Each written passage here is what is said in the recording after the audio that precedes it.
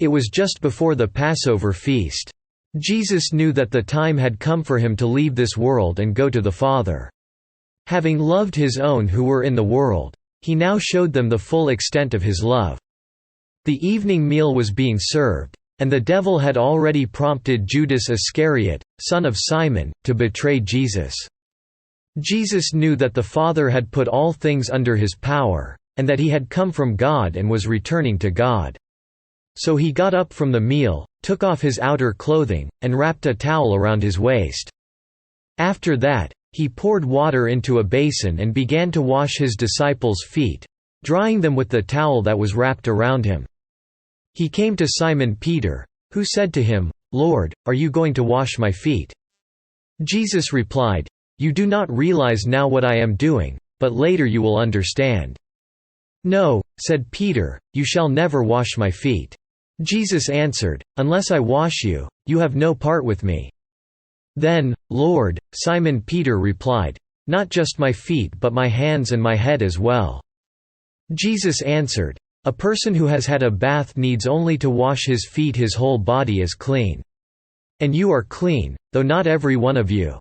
For he knew who was going to betray him, and that was why he said not every one was clean.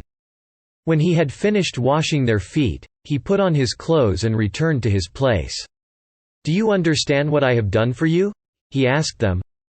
"You call me, Teacher, and Lord, and rightly so, for that is what I am. Now that I, your Lord and Teacher, have washed your feet, you also should wash one another's feet. I have set you an example that you should do as I have done for you. I tell you the truth, no servant is greater than his master, nor is a messenger greater than the one who sent him. Now that you know these things, you will be blessed if you do them. I am not referring to all of you, I know those I have chosen. But this is to fulfill the scripture, 'He who shares my bread has lifted up his heel against me.' I am telling you now before it happens, so that when it does happen you will believe that I am he. I tell you the truth, whoever accepts anyone I send accepts me, and whoever accepts me accepts the one who sent me." After he had said this, Jesus was troubled in spirit and testified, "I tell you the truth, one of you is going to betray me." His disciples stared at one another, at a loss to know which of them he meant. One of them, the disciple whom Jesus loved, was reclining next to him. Simon Peter motioned to this disciple and said, "Ask him which one he means." Leaning back against Jesus, he asked him, "Lord, who is it?" Jesus answered, "It is the one to whom I will give this piece of bread, when I have dipped it in the dish." Then, dipping the piece of bread, he gave it to Judas Iscariot, son of Simon. As soon as Judas took the bread, Satan entered into him. "What you are about to do, do quickly," Jesus told him. But no one at the meal understood why Jesus said this to him. Since Judas had charge of the money, some thought Jesus was telling him to buy what was needed for the feast, or to give something to the poor. As soon as Judas had taken the bread, he went out.